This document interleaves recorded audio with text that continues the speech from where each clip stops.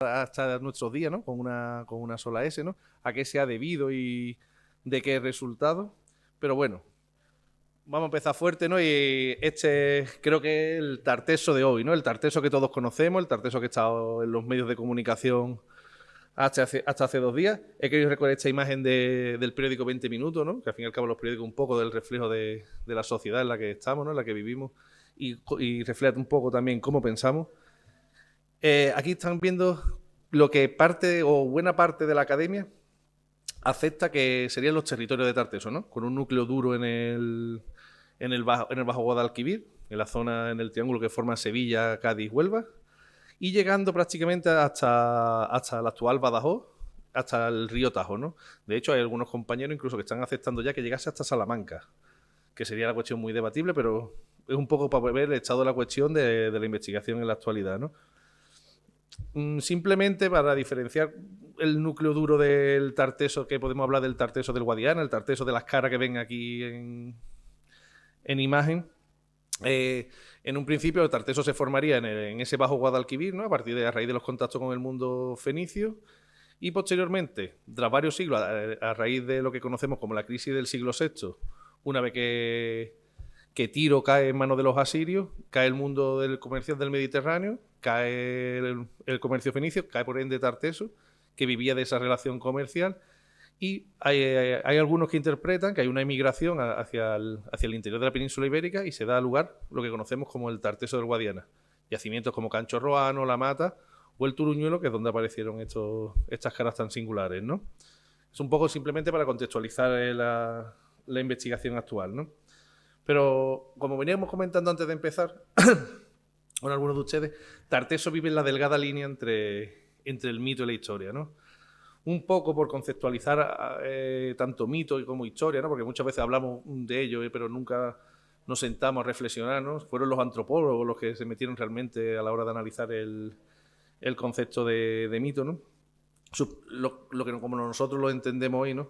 Como narraciones culturales y fantásticas, ¿no? Siempre decimos, bueno, los mitos es para explicar aquello que las sociedades que no tenían escritura o que no tenían un desarrollo científico, como ellos veían, por ejemplo, los fenómenos naturales, ¿no? Las tormentas era a raíz del martillo, era el producto del martillo de Thor, o la ira de Zeus y demás, ¿no?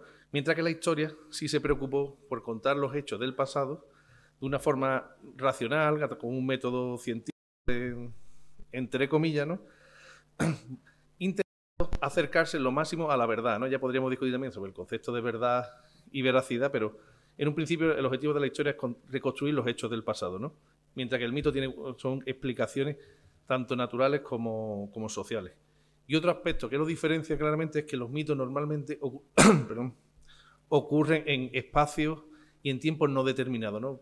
¿Dónde ocurrió, por ejemplo, el mito de Prometeo? ¿En qué momento, no? Se desconoce cuándo Zeus mató a Crono o dónde. Ese tipo de características diferencian claramente el mito de la historia, ¿no? La historia, sin embargo, sí sucede en un espacio concreto y en un momento concreto. Sin embargo, los usos sociales, ¿no? Y los usos culturales normalmente suelen ser lo mismo, ¿no? Historia y mito pueden cumplir la misma función: explicar el origen de un pueblo, explicar atribuir una costumbre a un pueblo y rastrear su genealogía. Pero entre el mito y la historia hay algo intermedio y ahí se debe el título de esta charla, es la leyenda. La leyenda es lo que vive entre el mito y la historia, es decir, una historia que se ha mitificado, que se le ha dado tinte mitológico y que por el simple hecho de engrandecerla o simplemente que detrás de ella hubiese algún tipo de moraleja o una enseñanza en particular, como veremos más adelante, ¿no? En el caso concreto de Tarteso, Tarteso fue un mito. En el mito de Tarteso vemos dos funciones claras. Por un lado, el mito del origen, muy típico del mundo antiguo, que para este caso concreto se lo dan los griegos, ¿no? No conocemos lo que los propios tartesios, si realmente existieran, pensaban sobre ellos mismos, sobre sus orígenes y demás. A nosotros simplemente nos ha llegado lo que los griegos pensaban que era el origen de Tarteso, ¿no? Y eso lo veremos ahora con fuentes clásicas y principalmente con Herodoto, que fue el primero de los primeros que escribió sobre ello, este Sícoro de Himera, ¿no? Y por otro lado, en Tarteso también podemos observar otra característica literaria del mundo antiguo, que son los héroes portadores de cultura. El más famoso, yo creo que por antonomasia del Mediterráneo, es Hércules o Heracles o Melcar, en cualquiera de sus variantes, que va por allí y por allá matando monstruos a lo largo con sus 12 trabajos, fundando ciudades, portando el urbanismo, las leyes, las escrituras, la agricultura y demás avances tecnológicos, y que civiliza para los griegos, por lo menos a nivel mental, espacios que para ellos eran desconocidos. Un ejemplo de ello es el Mediterráneo occidental y la península ibérica. Y Tarteso encaja ahí, pero en vez de ser Hércules, tiene sus dos héroes propios, que son Gárgoris y Abidi. Sobre los personajes de Gárgoris y Abidi podríamos también estar aquí debatiendo ahora. No se sabe si son de origen o de tradición, más que de origen, perdón, de tradición fenicia, de tradición púnica o de tradición local. Así que un poco ahí donde encaja el origen del mito de Tarteso, y esto ya sería el espacio geográfico que hasta hace poco se aceptaba que abarcaría Tarteso. Pero como comentaba, ya se ha ido un poco más, cada vez se está yendo más al norte y dentro de nada vamos a tener Tarteso en Covadonga. Pero bueno, entonces esto nos lleva a realizar dos preguntas, ¿no? La primera, ¿qué es Tarteso? ¿Qué sería Tarteso hoy? ¿Cómo lo concebimos, ¿no? Como un concepto presente, ¿no? ¿Sería el origen de Andalucía o el origen del Estado español? Se ha utilizado para ello, no es una pregunta al azar. El primer estado de la península ibérica, una cultura, hay quien ha dicho simplemente que es literatura, una construcción historiográfica, una invención, ¿no? Tarteso ha tenido muchas definiciones, tiene muchas definiciones en la actualidad. Pero ¿qué fue, no? Entonces yo creo que en ese juego de pasado y presente es donde se mueve el concepto de Tarteso. Este pequeño cuadro que os traigo, esto es lo que ha construido un poco la arqueología, apoyada en buena parte de las fuentes clásicas, ¿no? No voy a entrar en detalle, pero simplemente en esa evolución de esas sociedades del bronce final, la llegada de los fenicios, que es ese periodo que conocemos como el orientalizante, en el 573 cae Tiro y nace el mundo turdetano, ¿no? Hasta la llegada de Roma.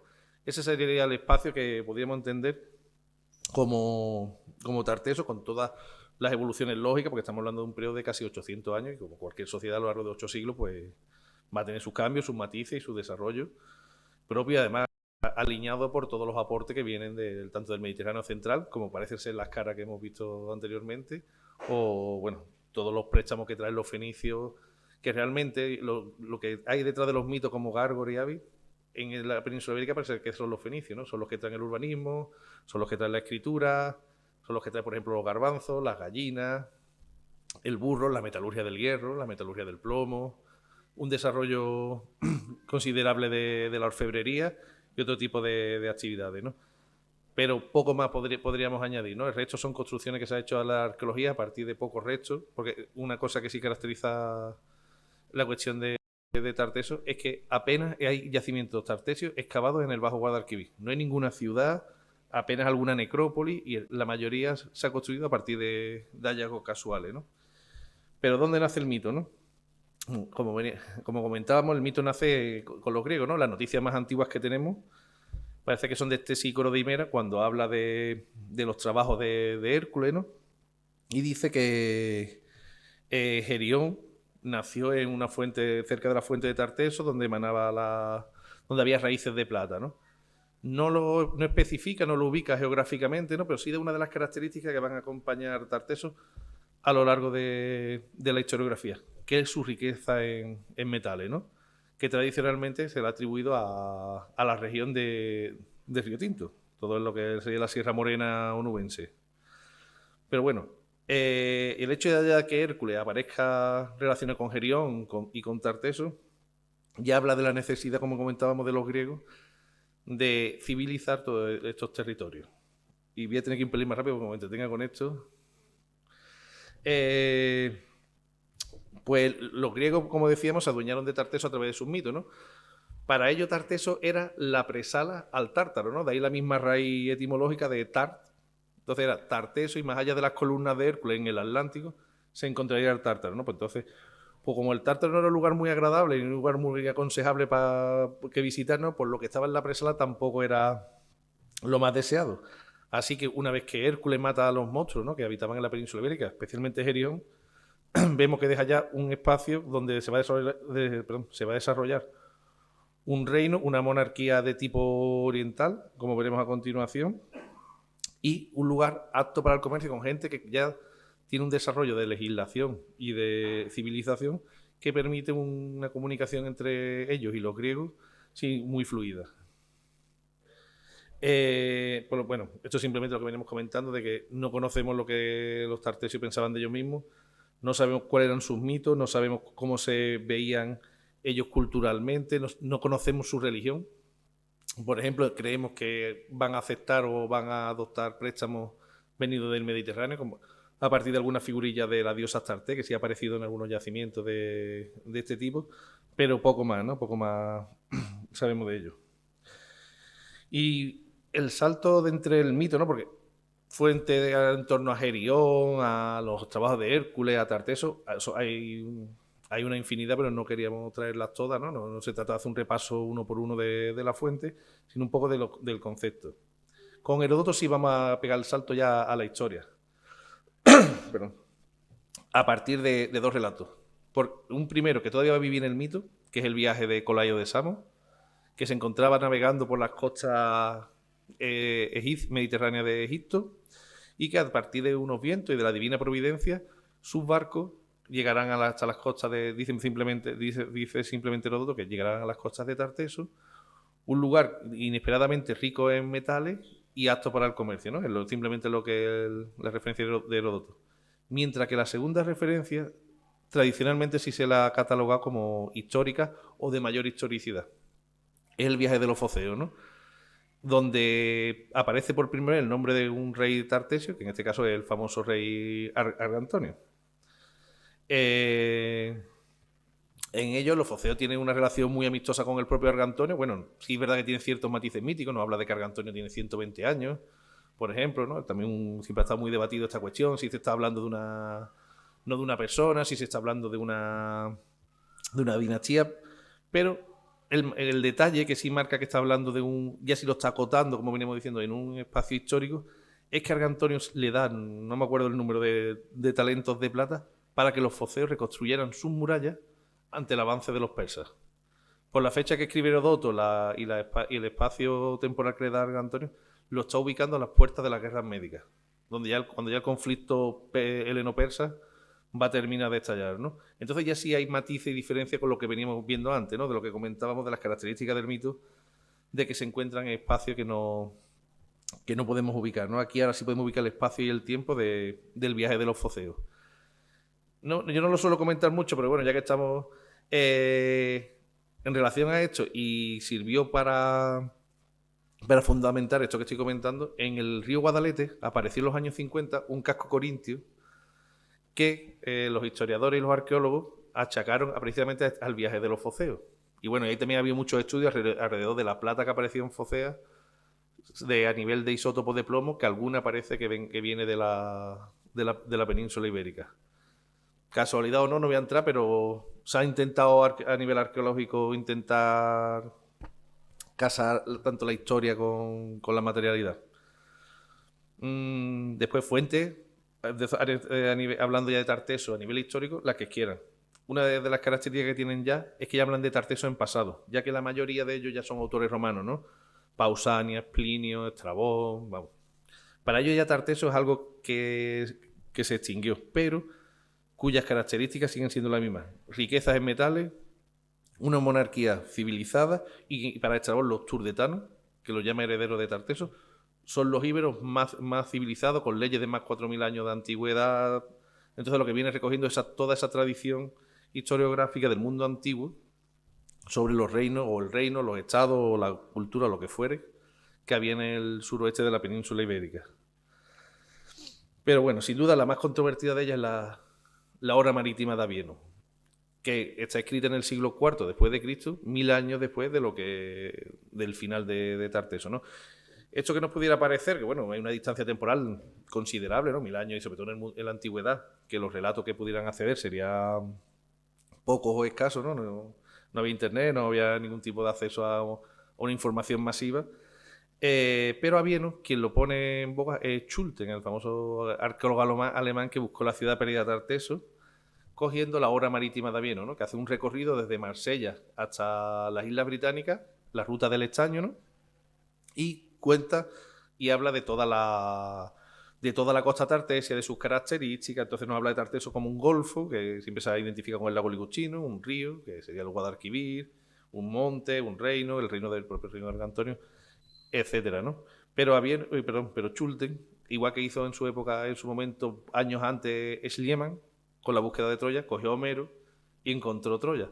Schulten cogió a Avienus, pero no encontró a Tarteso. Encontró una aldea de pescadores en las marismas de Doñana, como veremos más adelante, ¿no? Pero Schulten coge a Avienus por una cuestión muy, muy curiosa y que a veces se nos escapa, y es que Avienus, en las primeras páginas de su obra, dice que él se basa en una historia del siglo VI antes de Cristo, en un periplo de un Masaliota, que es el que él relata. Entonces Schulten, bueno, pues le da esa carga de veracidad al propio Avienus, y entonces así salva esa diferencia cronológica que veníamos comentando.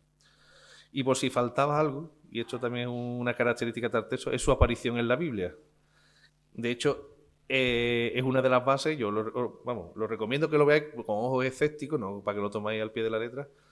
Un documental del National Geographic, financiado por James Cameron, que no baladí el tema, en el que habla sobre la búsqueda de las naves de Tarsis, ¿no? Que siempre se han relacionado con Tarteso, ¿no? Principalmente esas son las 3 referencias. Hay alguna más suelta, pero muy, muy leve. Y en ella siempre volvemos a lo mismo, ¿no? La riqueza en oro, en la riqueza comercial, ¿no? Cuando nos hablan de, bueno, que traen colmillos de elefante, monas, pavos reales, aparte de oro, plata, cobre.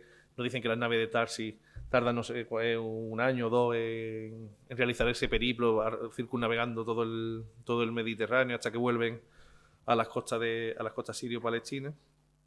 Pero si bien es cierto que esto pudiera ser como un relato muy, muy vago, ¿no? Muy tal, sino aporta una fecha cronológica, que son el reinado de Irán de Tiro y del rey Salomón, y que coincide con el inicio de la presencia fenicia en la península ibérica, o por lo menos con el establecimiento, ¿no?, de las colonias fenicias en la península ibérica. Esto sigue muy en el aire a día de hoy, se lleva debatiendo 4 siglos, que no es poco, pero sin ningún tipo de resultado que quede claro, ¿no? Y simplemente, y esto es lo que me gustaría que se quedasen, en el mundo antiguo Tarteso se vio así, ¿no? Y esto es lo que heredamos, y esta es la visión que vamos a heredar nosotros, ¿no? Zonas ricas en metales, una de las zonas más civilizadas de Iberia, la monarquía o el Estado, ¿no?, lo que va a representar ya en la Edad Moderna, el concepto de Estado, y es un enclave comercial que va a unir tanto todo el Mediterráneo oriental y central con la costa, lo que hoy tendríamos por la costa atlántica de la península ibérica y las islas británicas, ¿no?, y todo el norte de la Galia. Entonces, esta es de forma muy escueta, muy reducida y muy esquemática, el desarrollo de Tarteso o la visión de Tarteso en la antigüedad. Y ahora vamos a ver Tarteso en la construcción de lo que ya sería propiamente la historia a partir de la Edad Moderna, ¿no? Vamos a hacer un repaso muy rápido, porque si no, por aquí nos podríamos tirar, vamos, la historiografía moderna daría para mucho, pero vamos a partir del siglo XVI, ¿no? El siglo del Renacimiento, cuando el Renacimiento llega a la península ibérica con Carlos V, ¿no?, cuando se recupera todo ese ideal del mundo antiguo, el clasicismo. Pues bueno, cuando en esa recuperación también se recuperan los autores clásicos. Y vuelve Tarteso, después de un silencio de casi 1000 años a nivel historiográfico, reaparece en este momento, ¿no? Pero claro, aquí hay un problema, ¿no? El sur siempre se ha interpretado como la zona por la cual han penetrado las invasiones negativas en la península ibérica, mientras el norte siempre se ha visto como por donde penetraban las invasiones positivas. En ese caso sería el mundo romano, cuando Escipión desembarca en Ampuria, el avance de los castellanos y los reinos cristianos frente al Islam Esto lo estoy diciendo desde un punto de vista de alguien del siglo XVI. Cómo avanzan los reinos cristianos hacia el sur, mientras que por las costas andaluzas entraron los fenicios, los cartagineses, que fueron los causantes de la destrucción de Tarteso, según la historiografía romana, y por supuesto los musulmanes. Entonces, ¿no? Hay una dialéctica ahí norte-sur, ¿no? A la hora de entender lo positivo o lo negativo, mientras que sí se le otorga que el origen de la monarquía hispánica, ya estamos hablando de la monarquía de los Austrias, nace en Tarteso, ¿no? Tiene ahí un impasse con los cartagineses, después, bueno, los romanos, el imperio medio que, y después vuelve con los visigodos, y finalmente con los reyes católicos se recoge esa herencia que se había iniciado con Argantonio, ¿no?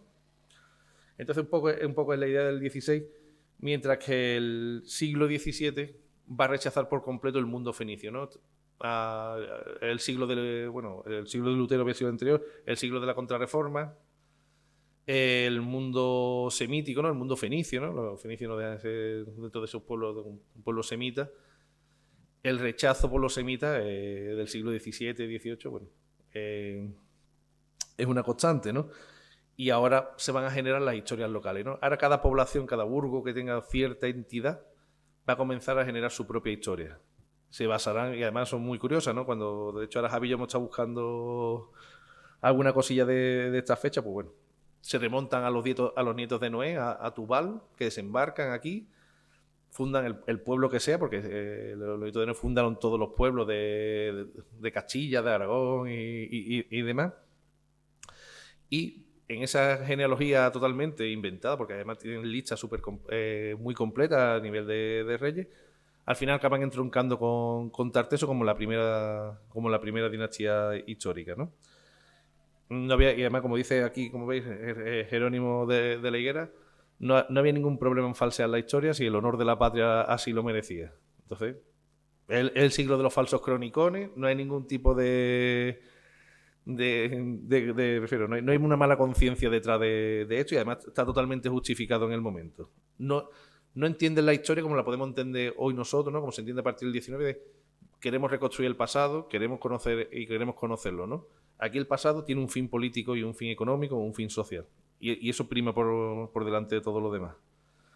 Sin embargo, y ahí me quedo yo, en el siglo XVIII, bueno, la Ilustración, el siglo de la razón, todo cambia, ¿no? Parece que viene un poco de luz y nace el orientalismo, ¿no? Ya comenzamos a ver Oriente como algo exótico, como algo extraño, como algo misterioso, como algo mágico, ¿no? Entonces, vemos los cuadros de Napoleón y en las batallas de las pirámides, ya se está iniciando ese romanticismo, esa búsqueda, ¿no? por lo oriental. Entonces ya todo cambia, esa visión del fenicio cambia, y Tarteso ya pasa a ser el origen del pueblo español, ¿no? Mientras que en el siglo XVII, y como veremos en el XIX en adelante, el origen del español estaba en lo celtíbero, ¿no? En Numancia, en Viriato, en la resistencia. Menos sofisticado, menos civilizado que los tartesios, sí, pero eran más fuertes. La esencia de los españoles entonces radicaba en esa fuerza, en esa resistencia, en esa capacidad de lucha frente a la invasión extranjera. En el 19, sin embargo, vamos a volver a los modelos anteriores, como he dicho, los modelos del 17, España, bueno, en el siglo XIX en España es lo que es. Es complicado por ser suave, cuanto menos. Entonces todo vuelve a esto que estamos comentando, a la resistencia, a la importancia de la monarquía, el orden, la comienza a utilizar, aparecen ya las escuelas de una forma más masiva respecto a los siglos anteriores, y ya la historia tiene un carácter adoctrinador, ¿no? Un carácter de enseñanza. Entonces la esencia de lo español vuelve al norte. Y por supuesto los fenicios van a volver a cargar con la culpa de todo, sin ninguna duda, ¿no? Sí. Pero aquí también en el 19 surgen los nacionalismos, y yo voy a barrer un poquito para casa, y aquí es donde Tarteso se va a utilizar para la primera construcción del nacionalismo andaluz, que normalmente se lo atribuimos a Blas Infante, pero lo inicia Juan de Guicho, nada menos que en 1869, Perdón, cuando dice que Tarteso es la primera civilización tras... No, no, por el agua, gracias. Es la primera civilización que surge tras el diluvio, ¿no? Entonces, Andalucía es el germen de Europa. Que este va a ser un poco el ideal que recoja Blas Infante. Desarrolle más, pero sin duda esta va a ser la primera piedra del andalucismo político que conocemos, la va a poner Juan de Guicho. Y rápidamente pasamos al siglo XX, que esta imagen la encontré en internet, pero me encantó, ¿no? Que decía el Tarteso de Chulten, mito, nacionalismo y arqueología, Andalucía y Alemania. Es que no se podía resumir mejor, vamos. El principio del siglo XX a nivel de Tarteso, ¿no? Pues simplemente, bueno, la historiografía franquista, como decíamos, volverá a mirar otra vez a los celtíberos, a la España de los godos, que también los visigodos van a tener un carácter ahí muy similar, de resistencia contra lo musulmán. Los dos van a perder. Pero ya llegarán los reinos cristianos y sobre todo la figura de los reyes católicos de los Austrias para volver a unar y a juntar a los españoles bajo una misma bandera, ¿no? Y Tarteso pues, volverá a los mismos esquemas que hemos visto en el 17 y en el 19, ¿no? Civilizado pero débil, frente a lo recio y a lo resistente que se presentaban los pueblos celtíberos y prerromanos de la meseta. Y aquí volvemos a entrar en el andalucismo ya del siglo XX, que sí con Blas, primero con Manuel Gómez Moreno, que es no sé si en Andalucía es un autor muy conocido, ¿no? En Granada tiene la Fundación Gómez Moreno, que fue de los primeros intentos de hacer arqueología en Granada, donde decía que la necrópolis de Antequera eran las tumbas de los reyes tartesios. Esto estamos hablando de 1905, pues bueno, no había ningún tipo de problema en comentarlo. Pero ya se estaba utilizando, como ven, para construir un tarteso andaluz. Se estaba empleando el concepto historiográfico, tanto la arquitectura tartesia de las necrópolis, como hemos visto en Guas de Guicho, y por supuesto en la obra de Blas Infante, ¿no? Donde dice que la primera cultura histórica también es una creación andaluza, y esa cultura es Tarteso. Y este es el inicio del ideal andaluz de Blas Infante. Llegará al andaluz y demás, pero el origen y la identidad andaluza parte de Tarteso. Una década muy interesante, porque coincide con el inicio de la arqueología tartesia, como hemos comentado, con Chulten y con su enemigo Bonsor. Además, muy curioso porque están hablando de un contexto que se está dando en Europa, ¿no? Principios del siglo XX, las primeras décadas, la Primera Guerra Mundial, ¿no? Todo lo que supuso, la caída de los estados liberales y demás. Por un lado, Chulten, alemán y ario, frente a Bonsor, que era medio inglés y medio francés y judío. Pues entonces, bueno, y los dos enfocados en el tema de Tarteso, pues de ahí lo único que podía salir era un enfrentamiento. Como así fue, ¿no? Para Bonsor, el origen de Tarteso eran los fenicios y lo buscó en las necrópolis de Carmona y demás. Ellos ya van a empezar con las primeras excavaciones arqueológicas. Ya saltamos de los textos, ¿no? En busca ya de la materialidad. Y Chulten, como no podía aceptar, ¿no?, que Tarteso fuera un producto semita, dijo que Tarteso era un producto heleno. Empieza la línea filo-helena, ¿no?, de los griegos, de Tarteso un origen del contacto con el mundo griego. Y como hemos dicho, se enfrascó en buscar la ciudad perdida, no, y nunca la halló, ¿no?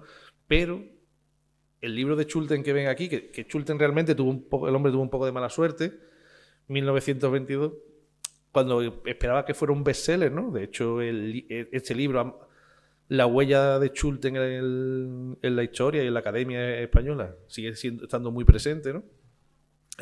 Coincide con el descubrimiento de la tumba de Tutankamón.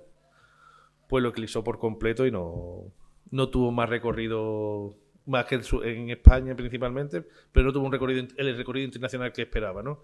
Él esperaba que fuera como la obra de Schliemann. Pues un poco aquí se inicia ese recorrido por la arqueología tartesia, ¿no? En el 58 aparece el famoso tesoro del Carambolo, ¿no? Ya que vino a confirmar la riqueza en metales, la sofisticación de la orfebrería tartesia y demás. A día de hoy la Academia reconoce que es un tesoro fenicio. Entonces, bueno, ya el Carambolo no se acepta. Y bueno, sobre todo se centraron en la búsqueda de la ciudad perdida, ¿no? Mientras que una rama de la arqueología franquista se centró en encontrar Tarteso para darle la razón a los textos bíblicos y por tanto así legitimar el Estado franquista, ¿no? Porque se consideraba parcialmente heredero de Tarteso, pero si ya lo podían asociar a la Biblia, pues imaginarse, ¿no? Para el nacionalcatolicismo que podía representar que España, ¿no? Apareciera al menos a través de Tarsi los textos sagrados. Sin embargo, a partir de los años 60, pues bueno, ya se implanta lo que es la arqueología, la podemos conocer con una metodología científica, y nace un concepto muy interesante que es el orientalizante. Es decir, todo lo que viene de Oriente modifica lo que tenemos en la península ibérica y da lugar a algo nuevo. En el sur, eso es algo nuevo, sería Tarteso. Y entonces comienzan a buscarse todas las necrópolis fenicias, todas las colonias fenicias, aparece Malaca, Abdera, el castillo de Doña Blanca en el puerto Santa María, todo lo que conocemos a día de hoy, ¿no? Entonces Tarteso pasa a ser un producto oriental, mientras que como este tipo de cuestiones sufren movimientos pendulares, en los años 90 llega la reacción. Tarteso ya no es un producto de lo oriental, Tarteso es un producto local, pero con matices orientales, ya que entran dentro de las esferas comerciales del Mediterráneo. Sin embargo, ya, bueno, a día de hoy, más allá de buscar los indígenas, buscar los fenicios, buscar las ciudades perdidas, ya los estudios, por ejemplo, del libro de Sebastián Celestino, ¿no? El director de la excavación en Casa del Turuñuelo, Tarteso, Territorio y Cultura, ya empezamos con los análisis, por ejemplo, de González Báñez de Tarteso, Mito e Historia. Y finalmente, en 2011, se hace un manifiesto por Tarteso en uno de los últimos congresos que hubo relacionados con este tema, y fueron las características y que se aceptan a día de hoy como para definir Tarteso, ¿no? Principalmente, como venía diciendo, cultura relacionada con los fenicios, pero local, su riqueza, el mestizaje que da lugar a esa entidad nueva, que es un producto de la precolonización. La precolonización se entiende como los fenicios estuvieron aquí antes, como los vikingos de América, ¿no? Los fenicios estuvieron aquí antes del siglo XI, XII y dejaron las semillitas. Esa semillita germinó con el paso del tiempo y dio lugar a Tarteso, que fue lo que se encontraron los griegos cuando llegan alrededor del siglo VI. Ese es el concepto. Y que su formación política sería algo similar a las protociudades-estado, ¿no? A la griega, evidentemente, no el nivel de desarrollo urbanístico, de complejidad legislativa y demás, pero sí asentamientos independientes que controlan un territorio agrario a su alrededor y que están controlados por aristocracias o por algún tipo de reyezuelo o basileo como tipo Ergantorio. Y volvemos al Tarteso de hoy. Este es el Tarteso que está ahora en boga, el más reciente. Y bueno, recuerdo todo lo que hemos visto, aunque ha sido muy rápido, esa evolución en la construcción historiográfica, ¿no? En el concepto de Tarteso, cómo ha ido cambiando a lo largo del tiempo, cómo ha ido basculando. Perdónenme si he ido muy rápido, porque esto es para ir tranquilamente. Yo a mis alumnos, en la asignatura de protohistoria de la península ibérica, a esto le dedicamos 8 horas, entonces que a esto se le puede dedicar tiempo tranquilamente, ¿no? Lo que sí quiero que vean es hasta dónde puede llegar los usos sociales y cómo puede penetrar en la identidad local o nacional una construcción como puede ser Tarteso, ¿no? Aquí simplemente, mira, por ejemplo, tenemos, como hablamos de Gargoria Vidi, por Sánchez Dragó, ¿no? Leyenda de Tarteso, de Manuel Pimentel, que es una novela hablando de Tarteso, buscando la Atlántida, que este es el documental que desde una óptica escéptica os recomiendo que vean.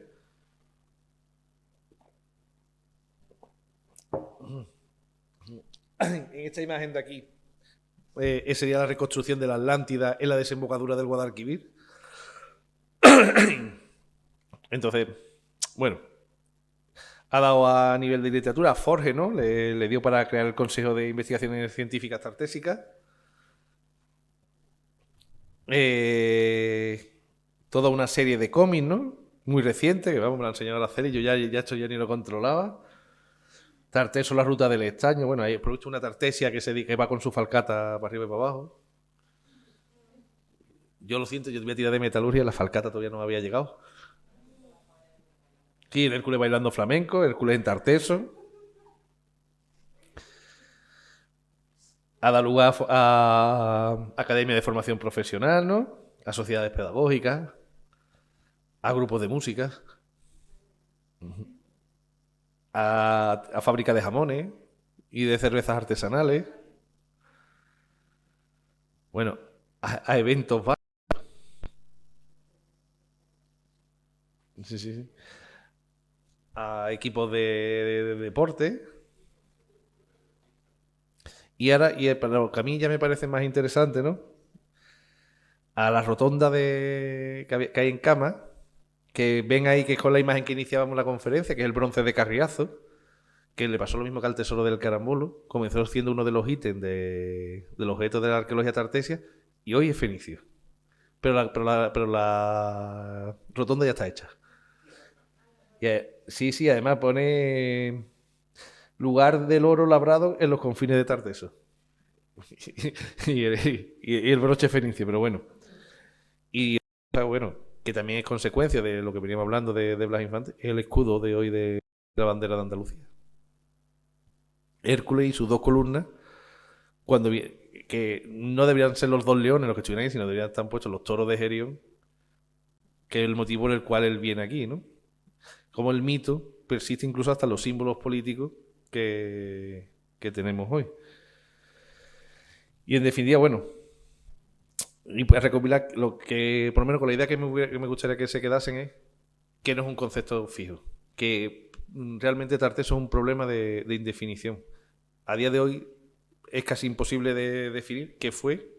De hecho, hay autores que están de acuerdo con que llega al Guadiana, hay autores que creen que desaparece en el siglo VI, hay autores que creen que nunca existió, que es una invención de los griegos, pero que sí ha tenido otro papel muy importante, que existiera o no existiera, sin duda existe, y ha tenido usos sociales, usos económicos y uso para legitimar el poder. Y que para eso realmente ha servido el concepto de Tarteso, ¿no? Entonces, hay muchos Tartesos, ¿no? Está el Tarteso arqueológico, el Tarteso para los griegos, el Tarteso del siglo XVI y el Tarteso hoy que hemos visto cómicamente, ¿no? Con los cómics, con los grupos de música y demás. Pero también Tarteso sigue creando identidad. Lo hemos visto en la bandera de Andalucía, pero se puede ver hoy y se puede palpar en Extremadura. De hecho, el grupo del Turuñuelo, que han descubierto las primeras caras de Tarteso, entre comillas, le han dado la medalla del mérito de Extremadura. Por descubrir no las primeras caras de Tarteso, sino por descubrir los primeros extremeños. Sí, sí, y es el uso que ha tenido, ¿no? Si estas son las primeras caras de Tarteso y estas son las caras más antiguas de Extremadura, tenemos los primeros extremeños, ¿no? Entonces, ese es un poco el peligro, ¿no? Pero de Tarteso y de la historia en general y de la arqueología. Y es con lo que me gustaría que se quedaran.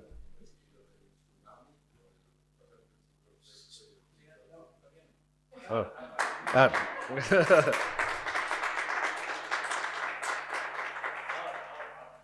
Ay. Ay. ¿Cómo ha ido el tiempo? Muy bien. Esto es para ti. Un pequeño gesto. Oh.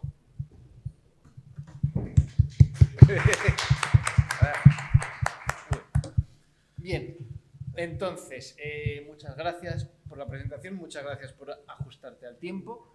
Y ahora sí, vamos a abrir el turno de preguntas, que puede ser por el tsunami, y quiero que hables más. Primero voy a aprovecharme de la oportunidad de que estoy yo aquí arriba y que nos cuentes de las caras y de cómo... Y de pregunta capciosa de cómo se puede vender mejor un proyecto arqueológico si se incluye la palabra Tartesos en él. Puede ser en el Valle del Guadiana, puede ser en el Valle del Guadiato. Continúe. Gracias. 1, 2, 3. Bueno, a nivel de investigación está claro que si se le pone el apellido Tarteso a cualquier cosa, facilita mucho la entrada de financiación, ¿no? Un arqueólogo famoso que estuvo en el yacimiento que estamos nosotros excavando, no voy a dar nombre, nos dijo que si él se doblaba su tobillo no se enteraba nadie, pero que si se doblaba su tobillo Tartesio aparecía en los periódicos. Sirve a la potencia, ¿no? O sea, la palabra Tarteso un poco como... Tarteso sería a la academia lo que la Atlántida al sensacionalismo, ¿no? Si tú dentro de la academia pones Tarteso delante de lo que sea, te asegura los periódicos, sin duda, te asegura la financiación, pero seguramente pierdas el rigor arqueológico, ¿no? Ah, bueno, sí, sí, eso también. Oh.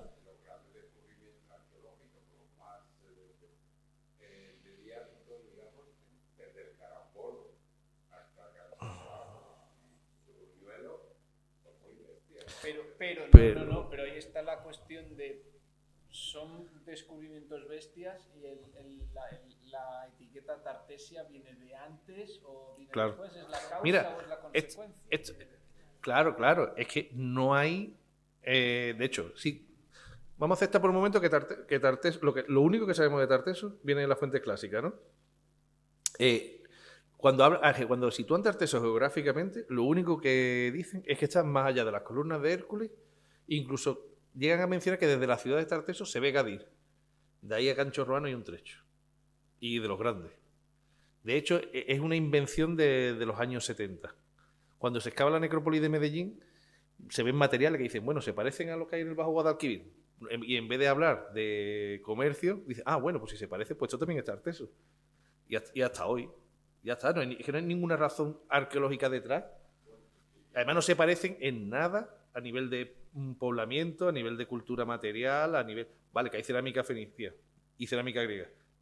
A día de hoy, ¿en qué punto de la península ibérica no hay cerámica fenicia o no hay cerámica griega?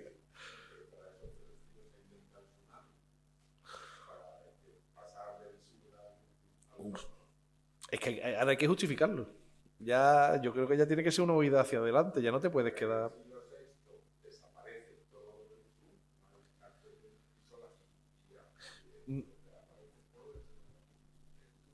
Mira, pues me alegra que me hagas esa pregunta. Pues precisamente es lo contrario.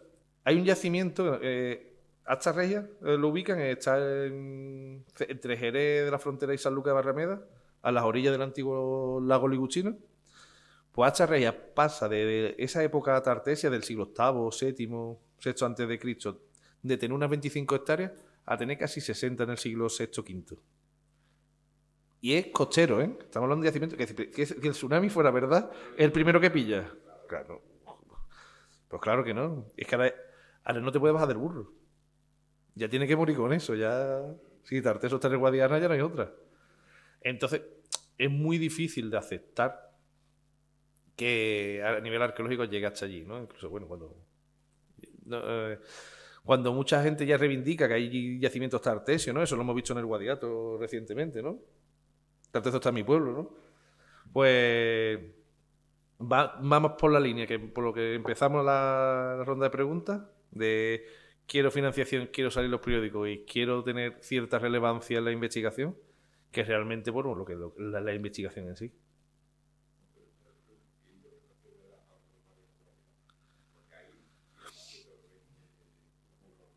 Pues que es una cultura propia y los yacimientos son maravillosos y espectaculares. Y eso no, lo corté no quita lo valiente. Pero está en una zona ideal, ¿no? Para que le llegue todo este tipo de productos. El río Zújar, ¿no? Conecta fácilmente con el Guadalquivir a través del Guadiato, que es donde que estamos cavando nosotros. Y también está en ese corredor que une la costa atlántica con Alicante, con la zona de Alicante. Entonces, la penetración de productos griegos además, que la zona de Alicante está recibiendo la zona de los productos púnicos, que está recibiendo el Bajo Guadalquivir, toda la costa atlántica, todos esos productos también celtas, es que están en el centro. Es como está en el nodo de las comunicaciones. Entonces, claro, es una cultura propia. De hecho, no sé si han tenido la oportunidad de ir a Cancho Roano. Es muy pequeño. Es que explica una cultura a partir de Cancho Roano. Complicado, ¿eh? a mí me cuesta mucho, ¿no? Decir, a partir de la cultura esa de las casas, o la mata, por ejemplo, ¿no? O el truñuelo mismo. Estamos hablando de que explicar a partir de eso toda una forma de ocupación del territorio, un desarrollo del Estado. A mí me cuesta. Y sobre todo una cuestión que tratar de asignar a una cultura material, que es una realidad física, una interpretación del salto epistemológico de una cultura material a una cultura social, a un grupo, incluso a un grupo cultural de personas, eso, cuando en la historiografía antigua era algo lo más fácil, lo más sencillo, pero no por tener un objeto de oro con filigranas orientales en el interior de Extremadura, la persona que se enterró es un fenicio, no por tener una fíbula con pavo real, una fíbula quiliforme que no te hace un visigodo de raza, o yo por escribir con un bolivic no me hace un francés. Estamos hablando de ese salto entre una manera de entender la cultura material como solo se puede entender a través de la arqueología y las interpretaciones que se pueden hacer de la reconstrucción de cómo se encaja un dentro de un sistema cultural, que no tiene que ver que sea un sistema cultural con un sistema de grupo poblacional. Es que yo creo que donde está ahí un poco el problema, ¿no? ¿Cuál es la cultura material de Tarteso, no? Que dices tú, yo me encuentro hecho en un yacimiento y te digo, Tarteso, no hay nada. Es que no hay un fósil guía, ¿no? Se intentó con los tesoros tipo carambolo y la cerámica que apareció allí. Pues bueno, allí lo que aparecía era cerámica del bronce final indígena que se conocía en muchos lugares. Pero claro, asociarle, como dice Javi, ¿no? Esa cultura material a una sociedad o a un pueblo, a un grupo poblacional que se conciba como Tartessus, yo creo que la arqueología nunca va a estar en condiciones de responder a la pregunta. Claro, es que ese es el problema.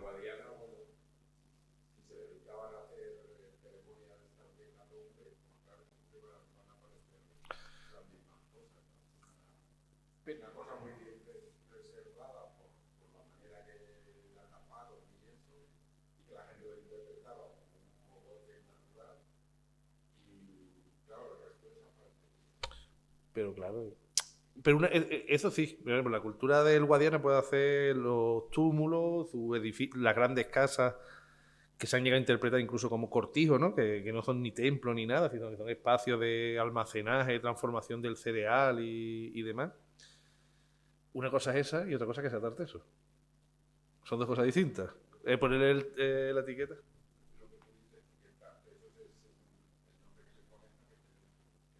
Claro. El problema que quizás se tenga es en nuestra forma de catalogar y definir esto Tarteso. Y la vida y la historia es una evolución donde se mezclan las civilizaciones y no se identifica claramente un periodo. Vamos, en el Oriente Fértil, por ejemplo, pues el que yo recuerde, el pueblo asirio tuvo casi 2000 años, casi de Sumer, y fue evolucionando y queda la historia el final, los Daríos y Tiros y demás. Pues con el Tarteso queda el final, que es Arcantonio, etcétera, etcétera. Pero hablando del Guadiana, las motillas, eso del Azuer, eso es una maravilla.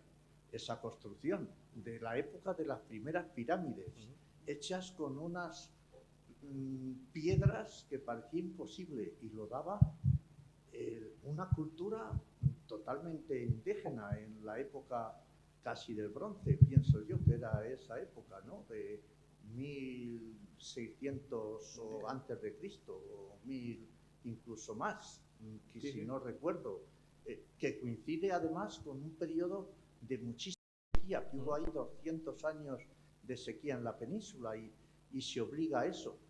Es que la literatura y ponerle Tartesos, estoy de acuerdo con vosotros que es muy difícil encontrar, aquí está la gran ciudad de Tartesos y hay, pues eso, el periodo humano que en cada sitio deja su vestigio y evidentemente en el sur, en el Guadalquivir, hay un comercio muy importante y unas influencias sobre todo de los fenicios, que son los que hacen proliferar. Ahora, me ha encantado lo de que en 1200 viniera la primera semilla fenicia y que luego desapareciera y floreciera. Eso es una hipótesis muy Sí, interesante, efectivamente. vamos, eso se planteó hace ya un par de décadas, lo de para algo similar de lo que en el Guadiana, pero antes, que es lo de la ría de Huelva. De que los materiales que aparecieron en la ría de Huelva eran tartesios. ¿Cómo justificamos esto? Bueno, los materiales le hicieron el carbono 14. Hostia, siglo XII a.C. Pues nada, por la precolonización. Ya está. Y lo otro es por el post-final. Es decir, sí, era todo para engancharlo con el tema de Tarteso y un poco con lo que venía del tema de las caras, ¿no? Que estábamos hablando. Si lo paramos a pensarlo por un momento, Tarteso, como muy influenciado por el mundo fenicio, es una cultura que es totalmente anicónica. No hay muy pocas representaciones de rostros en... Vamos a dejarlo en el Bajo Guadalquivir por esta fecha, ¿no? De hecho, lo vimos el otro día en el MAM, la dama de galera, que es de tradición fenicia, y un busto de Argantonio y algo más, que no recuerdo ahora mismo de cabeza.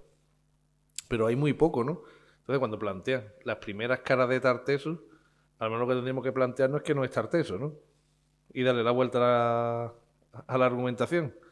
Y encajar esto que estábamos hablando del Guadiana en otro espacio, ¿no? En otra órbita cultural que es muy interesante. Además, unos yacimientos que es que el Turuñuelo ya no, al Turuñuelo no hace falta ponerle Tarteso delante, ni a Cancho Roano. Son uno de los yacimientos más impresionantes de la protohistoria de la península ibérica, sea Tarteso o no sea Tarteso. Pues entonces, a lo mejor habría que ubicarlo en otro espacio y en otro horizonte cultural, vamos. No, todo llega. El bronce de Carriazo ya no es Tarteso, el carambolo ya no, ya no es Tarteso, espera.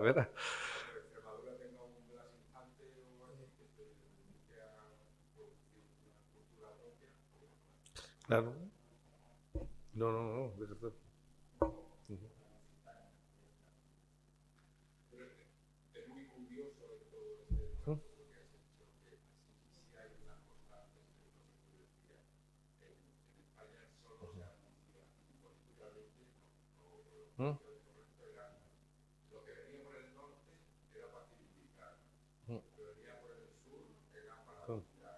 Sí. Pero eso es ahora.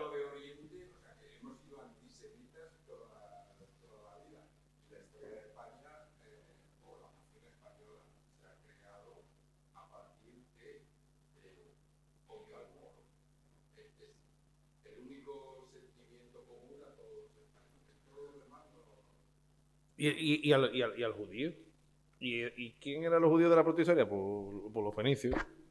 Es que a nivel historiográfico ha funcionado así el modelo. Y solo ha habido ráfagas así, ¿no? De apertura hacia el oriental, hacia el orientalismo, y una de ellas fue el propio Blas Infante.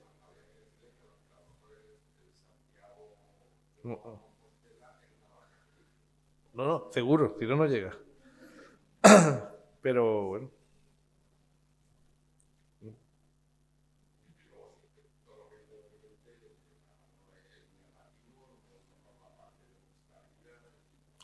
Sí, pero al final tienen que aceptarlo. Tienen que aceptar, porque es que cae por su propio peso, ¿no? Que Tarteso, comparado con los celtíberos, sí tiene un desarrollo civilizatorio mayor. Pero claro, tienen que ponerle una pega, ¿no? Es débil y por aquí han entrado las invasiones. Pero sí le da ese plus civilizatorio, ¿no? Mientras que hablaba antes de González Ferrín, ¿no? Mira, González Ferrín... Pero hay un título, ¿no?, de un libro suyo, ¿no?, que crea Cuando fuimos árabes, ¿no? Que tiene un inicio, ¿no?, que como intenta hacer pensar de que al fin y al cabo los andalusíes, ¿no?, éramos nosotros, no eran los otros, ¿no? Entonces juega un poco ahí con la construcción del nosotros y el vosotros, muy interesante, y que al fin y al cabo, en el caso de Tarteso, es que ha ido muy en paralelo a la construcción del Ándalus.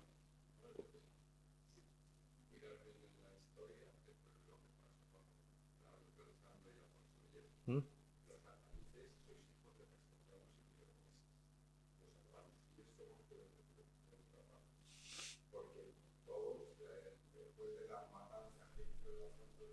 Mm.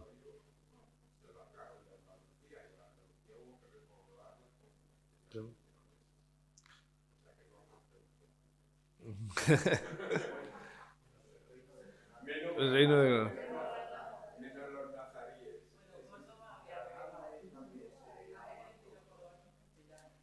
Bueno, y aquí, llegado a este punto... Espera. Yo iba a interrumpir ya porque hacía falta un refrigerio, pero voy a conceder una pregunta más. Muchas gracias. Eh, os quería preguntar si es posible una comparación de este fenómeno de la invención historiográfica de los tartesos con lo que pasó en Italia con los pelasgos, otro pueblo que si hoy pensamos en los pelasgos, bueno, la historia nos dice que son los pueblos nativos autóctonos de Grecia y que después de la llegada de los misioneros hacia 1500 a.C. descienden en la península, en los Balcanes, en Grecia y echan a los pelasgos o se hibridan, se mezclan. La pregunta es porque estuve viendo que hay muchos puntos en común. Por ejemplo, buscando sobre el asunto, porque cuando tuve clase de arqueología de Grecia, me contaron que los pelasgos pues eran estos pueblos nativos. Pero yo en Italia, claro, abriendo los libros, leía primera colonia pelasgica de Italia, segunda colonia pelasgica de Italia, en sitios como Latri, en Calabria, hasta el norte. Y esto me confundía mucho. De hecho, me puse a investigar y caí en un agujero negro de fantastiquerías sobre las fuentes historiográficas que van desde Heródoto a San Junatón, el fenicio. Entonces, me preguntaba si es posible una comparación, porque si se ha encontrado realmente cultura material, evidencias en el registro arqueológico, o como en el caso de los pelasgos en Italia, no. Bueno.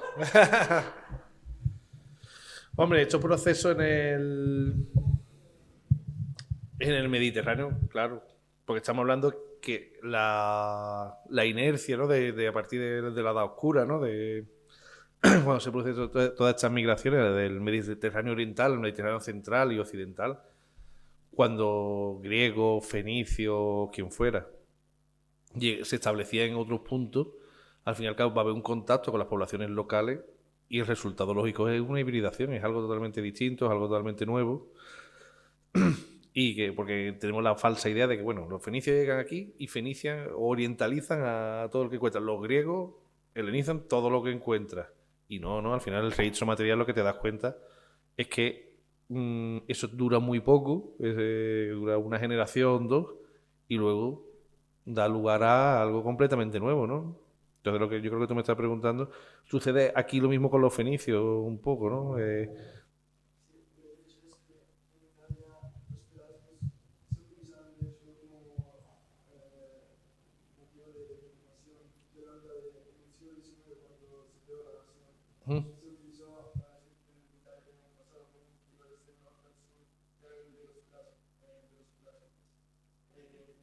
Claro.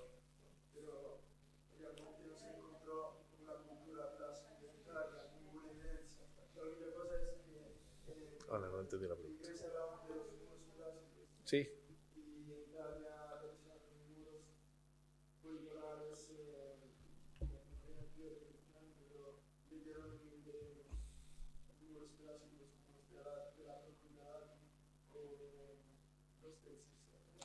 Vale, ya entendí ya. Los pelasgos aparecen en el mundo aqueo, en el mundo egeo.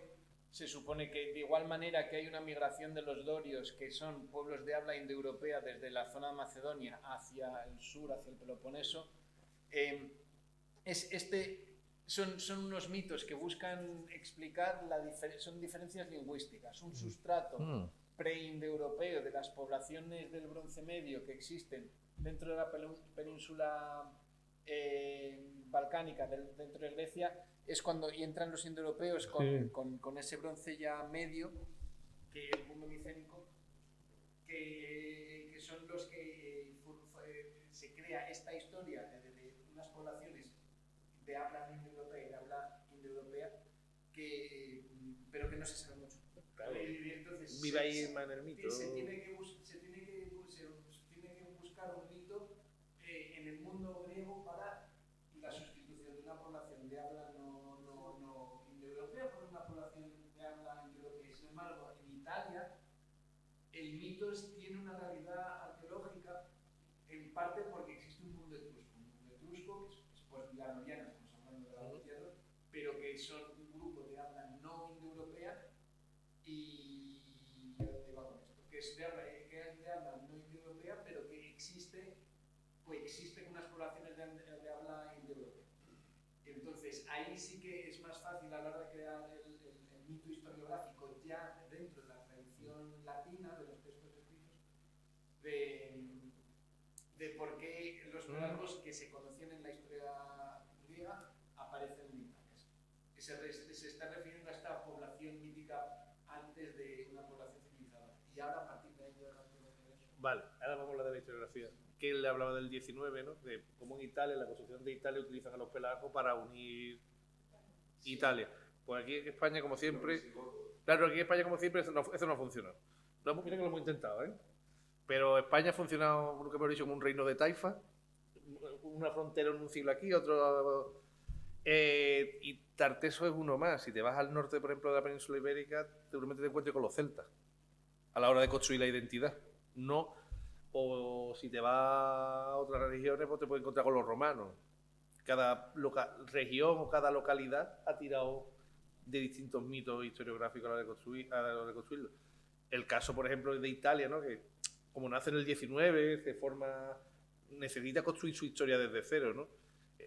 A nivel historiográfico, la península ibérica o lo que será España, hay que mirar el fenómeno de Francia, ¿no? Tienen más tradición, tienen más recorrido y tienen como más, bueno... narrativas... Sí, incluso Francia llega a tener ciertos nacionalismos, como el Borgoña, aunque después de eso no... Sí, y de hecho, en Italia el problema es que todavía siguen apareciendo libros sobre los pelasgos comprados a la cultura vilanoviana o la cultura de Rinaldone, pero porque realmente no se sabe qué cultura es la que estaba antes de los etruscos o la que estaba en el Lacio, y eran pueblos preindoeuropeos, como los pelasgos, por eso... Claro, pero si unen los pelasgos, los vilanovianos, los etruscos, los romanos, ya lo tienen. Ya tiene la historia de Italia montada. Pero rápida. Sí, pero realmente yo lo que entendí del asunto de los pelasgos es que no existían. Efectivamente me fue bastante difícil entender que todo lo que había leído incluso en los libros de divulgación, enciclopedias, no era realidad. Eso es lo que pasa con los tartesos. Es un problema de una cultura que se conoce un nombre y sobre la que se construye una narrativa, sin que haya una realidad material que se pueda asignar fácilmente. Tarteso. En Tarteso tenemos una narrativa, un discurso, pero nada que se pueda decir esto, claro. Igual que con los pelasgos, puedes decir, en el caso de Grecia, que es lo que está mirando más, puedes hablar de asentamientos pelasgos, no, tienes que estar hablando de las culturas del bronce europeo, tienes que estar hablando de las culturas del bronce ciclánico, el bronce macedonio, son culturas que tienen sentido a nivel regional, pero dentro de un discurso se puede decir que son todos pelasgos porque es el único nombre que tenemos. Y con Tarteso sería eso. Y claro, lo que está diciendo, hemos empezado la charla, ¿no? Los pelasgos existen, sin duda. Ahí están, han construido la identidad de Italia. ¿Los pelasgos existieron? Pues bueno, Vale. eso va a ser otra cuestión. Por eso la pregunta que le hacía era la siguiente, si podemos compararlo, porque con los tartesos se encontró cultura evidencia material, No. ningún registro Sí, confiable. o nada o todo. Es que ahí va a depender de lo que tú quieras.